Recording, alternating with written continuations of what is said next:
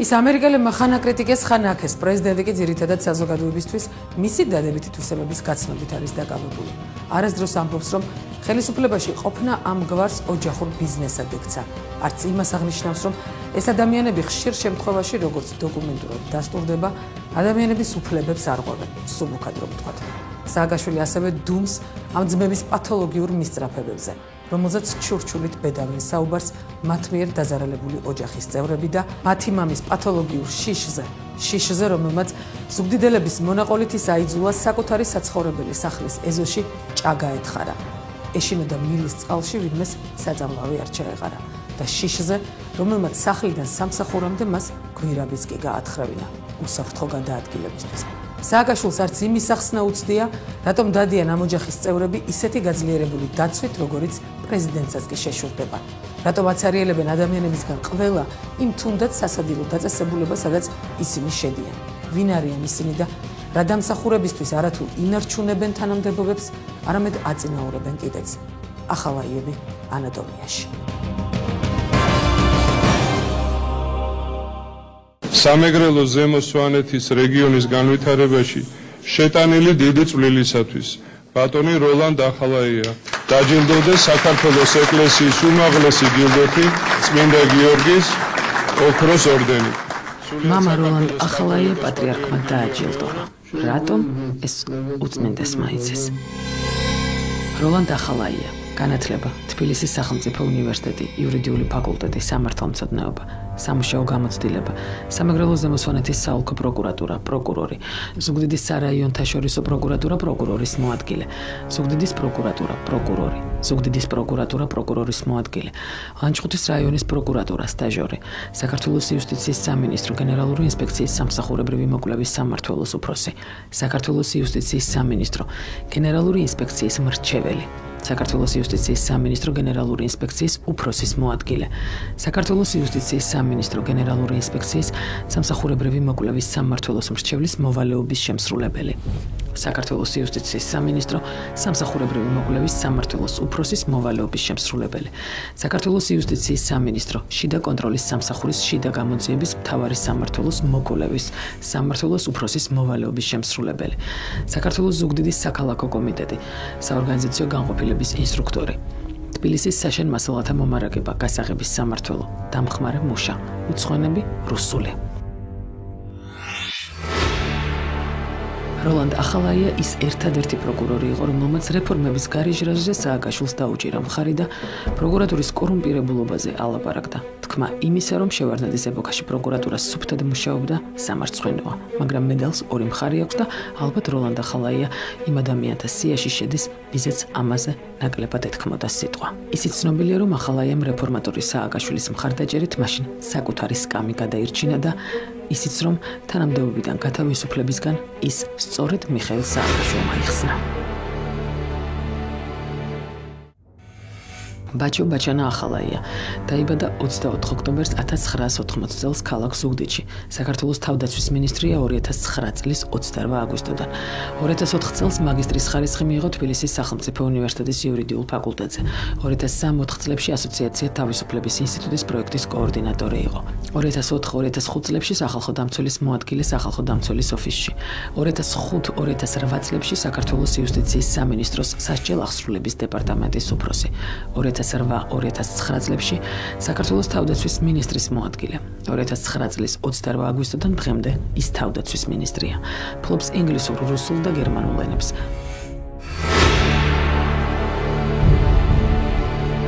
მიხეილ სააკაშვილი 2009 წლის 27 აგვისტო უშიშროების საბჭო. ახალაია არის მაღალი დონის ევროპული განათლება მიღებული კადრი, რომელსაც ბევრი მტერი ხავს. სასჯელ აღსრულების სისტემაში მუშაობისას ეგრეთ წოდებულ კანონიერ ქურდებთან ბრძოლის გამო. დღეს ჩვენ ციხეს აღარ მართავს კანონიერი ქურდი და დღეს დანაშაული აღარ იმართება. ციხიდან აი ამ კაცმა გააკეთა ეს. მე ვიყავი იუსტიციის მინისტრი და ვერ გავაკეთე. და გააკეთა ძალიან მკაცრი ზომების გადარების ხარჯზე და ჩვენ ვაპირებთ ასევე გავაგრძელოთ თავდაცვის სისტემაში მუშაობა. ბევრად მეტია გასაკეთებელი და ბევრად უფრო მეტად მკაცრი ხელია საჭირო თავდაცვის უწყებაში.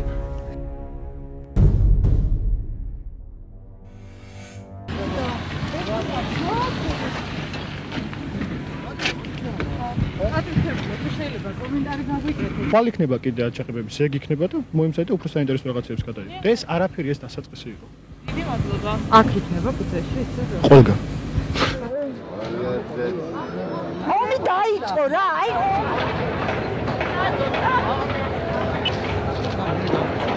რა გააკეთა ახალაიამ ციხეში. 2006 წლის მარტში ციხეში ბუნდი მოხდა. ყოველ შემთხვევაში ასე თქვა ხელისუფალმა.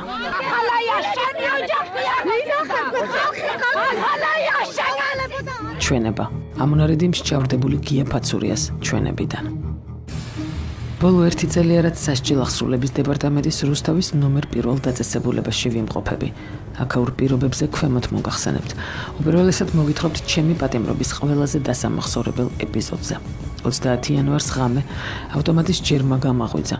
რამდენიმე ავტომატი შეუჩერებლი ვისროდა. ვიფიქრე, ან მასობრივი გაქცევა, ან გარედან თავდასხმა კოლონიაზე. როგორც აღმოჩნდა, სასჯელ ახსრულების დეპარტამენტის ხელმძღვანელობა ბატონი ბაჩანა ახალაია 20-25 ნიღბიან ავტომატით შეერაღებულ სპეცნაზელის თანხლებით შემოვიდნენ კოლონიის საცხოვრებელ ზონაში, ეგრეთ წოდებული მაყურებლების წასაყვანად. 2 საათზე მეტი ხანი გაუთავებელი სროლა იყო. რამდენიმე საცხოვრებელი ოთახი დარბეული, ასობით პატიმარი ნაცემი იმღამეს და მეორე დღეს, როდესაც 7 საათზე ჩვეული 9 საათის ნაცვლად ეგრეთ წოდებული შემოწმება ჩაგვიტარეს. გასათვალისწინებელია, რომ 2 კვირით ადრე ამ ფაქტამდე სასჯელ ახსრულების დეპარტამენტის თანამშრომლებმა ყოველგვარი წინააღმდეგობის და პრობლემების გარეშეც აიყვანეს აქედან ეგრეთ წოდებული კანონიერი ქურდები. ამიტომ ვთვლი, რომ ღამის სადამსჯელო აქცია პატიმრების დასაშინებლად და მორალურად გათელვისთვის იყო დაგეგმილი. ეს იყო პატიმრობის წინააღმდეგ ავტომატური ცეცხლსასროლი იარაღის პროვოკაციული გამოყენების სერიოზული პირველი ფაქტი. ამ ფაქტს სუსტი და არაადეკვატური გამოხმაურება მოხდა. დაუსჯელობამ გააბედინა სასჯელ ახსრულების დეპარტამენტის ხელმძღვანელობას შემდეგი პროვოკაცია, რაც ეგრეთ წოდებული ციხის 27 მარტის პუნქტად შეფასდა.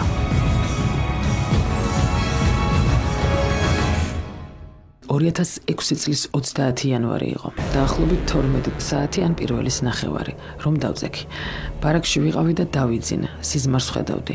იმ მომენტში მაღვიძებენ და მითხრეს სპეცნაზია შემოსულიო და გამოდით შემოწმებაზეო. მე ვუთხარი, აზვაბეჯდენიე მაქვს მეთქრი, მაგრამ ქვევით ჩავედი. ნინდო და გასვლა და ვიფიქრე, ბარემ ვნახავ რა ხდება მეთქი. 400-500 კაცი იყო თავმოღრილი ეზოში, სადაც ამოწმებდნენ. იქით გადაიყვანეს. მე შევედი საჯერო ოთახში.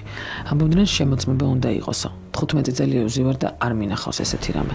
ჩხრეკას დილით ატარებენ ხოლმე. ბაჩოს ხმა გავიგე. 4 პატიმრის გვარი დაასახელა. მაღლაკელიძე და სხვების გამო ვატარებ ჩხრეკასო. რომ დაასახელა წაიყვანეს ადმინისტრაციაში ეს 4 კაცი. შემდეგ გამოუშვეს, ჩავწექი ისევ. ამ დროს სპეცნაზმა მითხრა, რაც გეხარ მოდი და დამეხმარეო. მე ვუთხარი ცუდად ვარ და თვითონ კარგად მუშაობენ მეთქი. მათ მითხრეს, რაც გვედილი კინებიო. მელაძემ დაუძახა ავადმყოფი ბიჭია და თავი დაანაბეთო. სპეცნაზელმა კურტკაში დამიჭირა ხელი და მომარტყა ყბაში. დროზე შედი, შემომყო ბარაკში. მე შევედი ბარაკში და კიბეებზე მცემა. ერთი ნაბიჯი იყო ბარაკამდე, ყვიროდნენ დაწეკით, თორემ დაგცხრილავთო. მე შევედი ოთახში და ავიღე ბრიტვა და თუ სისხლი გინდათ, აი მეთქი და დავისვი. ვუთხარი, მოდით დალიეთ მეთქი. სპეცნაზის თანამშრომლები უკან მოდიოდნენ სროლით. ხალხმა დაიწყო გინება. ისინი ბარაკებში კედლებზე ისროდნენ. მე დამემიზნა ბაჩო ახალაიამ მაკაროვი. მესროლა და გვერდზე მდგომი დაიჭრა. გათენდა დილის 8 საათისთვის. სოკოსთან ბაჩო ახალაია იდგა და შამპანიურს სვამდა. ბაჩო ახალაიამ შეაშინა პატიმრები. ხალხს დასცინა და როგორ დაგიმტკიცოთ სიმართლე, მე იმ დროს დასერილი ვიყავი. დახმარება არავინ აღმოგვიჩინა. მე იმას ვეხმარებოდი დაჭრილი რომელიც იყო. ექიმის შემოუშვითო ბიჭების თხოვდნენ. 8 საათზე შემოვიდნენ სპეცნაზელები. ყვიროდნენ გამოდითო და ეხლა ივაშკაცეთ თქვენი დედაო. ჩემზე თქვეს, ეგ იყო რომ გადაიჭრაო. მელაძე მუთხრა, არ დაარტყა მუცელში ავადმყოფიაო. კარიდორი გააკეთეს და ყველას ურტყავდნენ დუბინგებს. ბიჭი იყო ავადმყოფი სულ ნაცემი, დასისხლიანებული. კამერით იყვნენ დეპარტამენტის ჟურნალისტები, მაგრამ ნაცემს არ იღებდნენ, შენობას იღებდნენ. ჩვენ რომ შეგვიყვანეს შესამოწმებელ ეზოში ერთი პატარა ბიჭი იყო, ვერ დგებოდა, აწიეს და ცემით ჩაიყვანეს. ყვიროდით ნუკლავთ. ერთმა ამოიღო იარაღი და რეზინის ტყუები გვესროლა. დგევართ არ გადის 5 წუთი და 25-30 კაციანი სია ამოიკითხეს გვარებით. მერე უკვე კორიდორი გააკეთეს და გვარების მიხედვით სათითაოდ გაგვიყვანეს. ამ 25 კაცში ჩვენ 5-ნიც ვიყავით. რომ გამოგვიყვანეს, ეს იყო რომ გადაიჭრაო. მერე მელაძემ თქვა, ხელი არ ახლოთო. პატიმარი გრიგორიანი ბაჩო ახალაიას მოადგილა კახამ სცემა. ჩამოვიდა კახა იმ დილას რომ გამოგვიყვანეს. რაგვარი ხარო? უპასუხე მანუკიანი მეთქი. დავიდა გრიგორიანისკენ და ჰკითხა გვარი. კახამ შეაფურთხა და აგინებდა. მერე გრიგორიანმაც შეაგინა და შეაფურთხა. სპეცნაზი და კახა შესგნენ და სცემეს. გრიგორიანი გაითიშა. 65 კაცის თვალწინ მოხდა. ნელ-ნელა მოყავდათ ხალხი და ჯერ დაახლოებით 10 კაცი ვიყავით. მერე მოვგროვდით 25. მინდოდა გადავფარებოდი გრიგორიანს და ფეხი დამიცურდა. იარაღის ლულა მომიშვირა და მითხრა ლიკვიდირებულები იქნებით თუ გაინძრევითო. გრიგორიანს რომ დაარტყა ჩაიკეცა. მივხვდი რომ ხერხემალი დაუზიანდა. ბიჭებს უნდოდათ აწევა და მივუთხარი დაზიანებული ექნება ხერხემალი მეთქი. მათ ეგონათ რომ სიმულანტობდა და კიდევ ამცირებდნენ. შემდეგ კარცერში შეგვიყვანეს 3 საათის მერე წაგვიყვანეს მანქანით. გრიგორიანი და ერთი დაჭრილი რეზბალინცაზე მიიყვანეს. მოდის ჩემთან სპეცნაზელი ბადი აქვს მუცელში არ დაარტყათო, სხვებს უთხრა. იმათ ფეხებში ხო შეიძლებაო და ფეხებში მირტყეს. მერე სპეცნაზი შეიცვალა. ტელეფონში გამოვიდა ახალაია და ჩემზე ეკითხა, ეს რას დგასო? ამან მაგინაო და წამოვიდა ჩემსკენ დასარტყმელად. სპეცნაზელმა ახალაია გააჩერა. ბოდიშით ბატონო ბაჩო, ბადი აქვს მუცელშიო. მერე მე მითხრა, ნუ გეშინიო. ბაჩომ წასვლის წინ ექიმს დაუბარა, ერთი თვე მათი კამერა არ ვნახო გაღებულიო და ექიმიც მაქსიმუმ 2 კვირაში ერთხელ შემოდიოდა. ახალაია მთვრალი იყო, ბარაკებში შედიოდა, რატომ არ გძინავდა.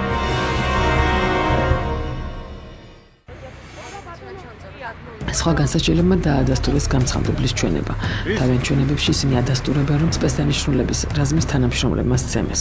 ერთ-ერთმა განსაჭირებელმა არამაის გრიგორიანმა 2006 წლის 6 დეკემბერს სასამართლო პროცესზე მისცეს ჩვენება. გრიგორიანი განმარტავს, რომ მათთან დაახლოებით ღამის 3 საათზე შევიდნენ სპეცდანიშნულების რაზმის მთვრალი თანამშრომლები, რომლებიც იგინებოდნენ მსჯავრდებულების მისამართით. გრიგორიანი განმარტავს, რომ გამცხადებელი ტუალეტში იყო გასული, საიდანაც იგი გასისხლიანებული დაბრუნდა, რის შემდეგაც აიღო სამართებელი და გადაიჭრა ვენები და მუცელი. ამ დროს ატყდა სროლა. განსხვავებით სადის თანამშრომლების ჩვენებებისგან, რომლებიც აღნიშნავენ, რომ გაისროლეს თავდაცვის მიზნით. აპელანტი გრიგორიანი ამბობს, რომ ამ დროს ატყდა სროლა. თავიდან არ იყო ძლიერი სროლა. მერე უკვე ჯერით ისროდნენ ყველგან. საქმეში არის მსჯავრდებულების პოღოსიანის, ფაცურიას, ოქრუაშვილის ახსნა განმარტებები დაწერილი სახალხო დამცველის სახელზე, რომლებიც ადასტურებენ განსაჭრელის ჩვენებებს. ჩვენ კამერაში რა არის გადაწყვეტილი? ოფიციალურად 7 გარდაცვლილი პატიმარი, არაოფიციალურად მსჯავრდებულები გაცილებით დიდ მსხვერპლზე საუბრობდნენ. შეკითხვაზე კი ვინ ვის მოუწყო პროვოკაცია, მხოლოდ საზოგადოების ნაწილის მხრიდან იქნა პასუხგაცემული. ეს მხოლოდ ნაწილია ბაჩო, იგივე ბაჩანა ახალაიას ბიოგრაფიიდან. კონკრეტული ადამიანები ვიცი, ვისი გვარს და სახელს ბუნებრივია, ახლა არ დავასახელებ მათი უსაფრთხოების გამო. ვინც ბაჩო ახალაიამ აწამა თავისი ხელით.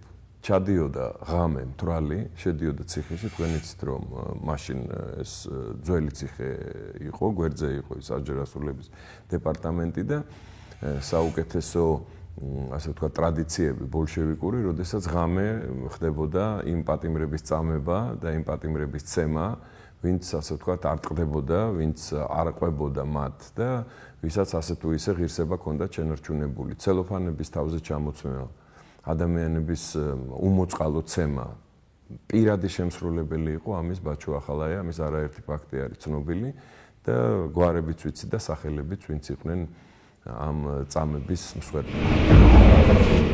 რაც შეეხება დავით დათა ახალაიას, ის ოფიციალურად შინაგან საქმეთა სამინისტროს ვებგვერდზე ჩამოთვლილ თანამდებობის პირთა შორის არ ირიცხება და არც მისი ოფიციალური ბიოგრაფია მოიპოვება სადმე. თუმცა, როგორც ცნობილი ხდება, კონფიდენციალური წყაროებიდან დავით ახალაიას მერაბიშვილის უწყება მალავს. ერიდებიან მის გამოჩენას ყველაზე მნიშვნელოვანი სპეცოპერაციების დროსაც კი. მიზეზად კი ახალაიას ახალ მისწრაფებას, კოკაინს ასახელებენ. დათა ახალაია ვარდების რევოლუციამდე ხან ქიბარ ხალვაშს თხოვდა მაკდონალდსის ფულს და ხანაც ყავას ატარებდა მომიტინგეებთან. რის შესახებაც ხალვაშმა რამდენიმე ინტერვიუში ისაუბრა. რევოლუციიდან მალევე დათას საკუთარ გუნდთან ერთად, რომლის შემადგენლობაშიც ძირითადად ნაცმოძრაობის ზონდერები შედიოდნენ, უშიშროების სამინისტროში გამოჩნდა. პირველად კი ჩინოვნიკი დათა საზოგადოებამ ტაძრის ეზოში ნახა. საქართველოს უახლესი ისტორია ზილით აღებული ეკლესიის ამბით იწყება.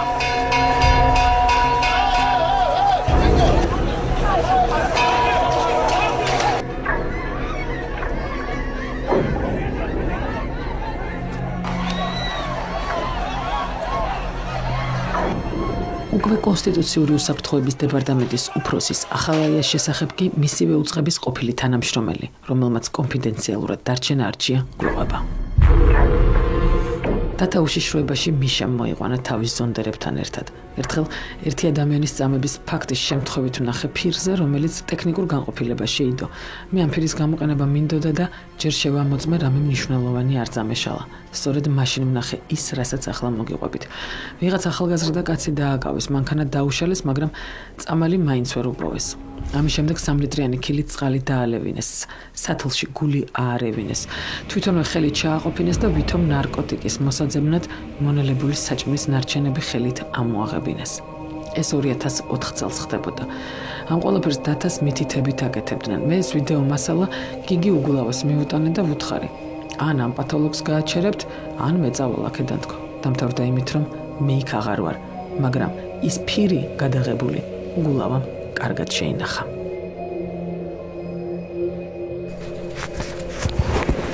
ველოდები სასაფლაოზე კი არ მინდა ასვლა დიანა, არ მინდა სასაფლაოზე ძალით მივყევარ ხალხს. მამა უდროა არ შეიძლება უნდა იარო, არ გავდივარ სასაფლაოზე ძალიან იშვიათად, არა მაგმე საქმე სასაფლაოზე. 2006 წელი სანდრო გირგულიანის მკვლელობა და მასთან ახალაიას კავშირის საზოგადოების გარდა ალბათ თავად ახალაიასაც კარგად ახსოვს. კუდის უფროსი მაშინ სასამართლომ დაკითხა და ფორმალურად ის თანამდებობასაც ჩამოაშორეს, თუმცა ფაქტობრივად ახალაია დღემდე უწყებაშია. ჯერ კიდევ რამდენიმე წლის წინ გაირკვა, რომ ამას თავის მიზეზი ჰქონდა. მინდა გითხრა და პირველად ვიძახი ამას. არავისთვის არ მითქვი აქამდე. ეს ადამიანები გარეული არიან ჟვანიას მკვლელობაში. ეს კვალი, ეს ადამიანები მელნიკოვის ჩათვლით არიან გარეული ჟვანიას მკვლელობაში. როგორ ამას დაადგენს გამოძიება, მაგრამ კვალი მიდის მათთან. დატა ახალაია ღიად შინაგან საქმეთა სამინისტროს რიგებში აღარ ფიგურირებს. ბოლო პერიოდში საზოგადოებას ირაკლი ოქრუაშვილმა შეახსენა. მისივე ინფორმაციით, შინაგან საქმეთა მინისტრის მეუღლესთან, თაკო სალაღაიასთან და ჯანდაცვის მინისტრის მოადგილე ირაკლი გიორგობიანთან, იგივე გლობუსასთან ერთად პარიზში მყოფი დატა სასტუმროს ტუალეტში ოქრუაშვილმა სცემა. თავად ახალაიას ამ თემაზე კომენტარი არ გაუკეთებია, მაგრამ მერაბიშვილის უწყება ამ ამბავს უარყოფდა.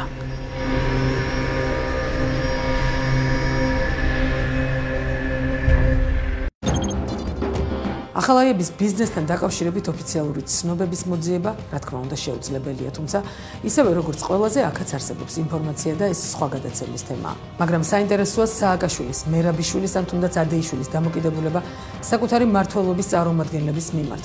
მათ ყველაფრის უფლება აქვთ. სიცოცხლის უფლება, რომელიც სხვას წაართვეს, ბიზნესის კეთების უფლება, რომელიც ასევე სხვას ეკუთვნოდა. თუნდაც ჩადენილი დანაშაულისთვის მისჯილის სასჯელის ადამიანურ პირობებში მოხდის უფლება. თავისუფლად ცხოვრების უფლებაც მხოლოდ მათ ეკუთვნით. შეცდომებიც მათია და ამ შეცდომებიდან ერთ-ერთი საბედისწერო გახდა. მოკვლა არ გვინდოდაო, 14 ჭრილობას კაც რო აყენებ შეიძლება ითქვა რომ მოკვლა არ მინდოდაო, ხო უნდა გააგიჟდე ხალხო, ხო უნდა გადაირიო. ყველაზე ბედნიერი რომ ვიყავი მაშინ მომკლეს მე, მაშინ, ხალხო.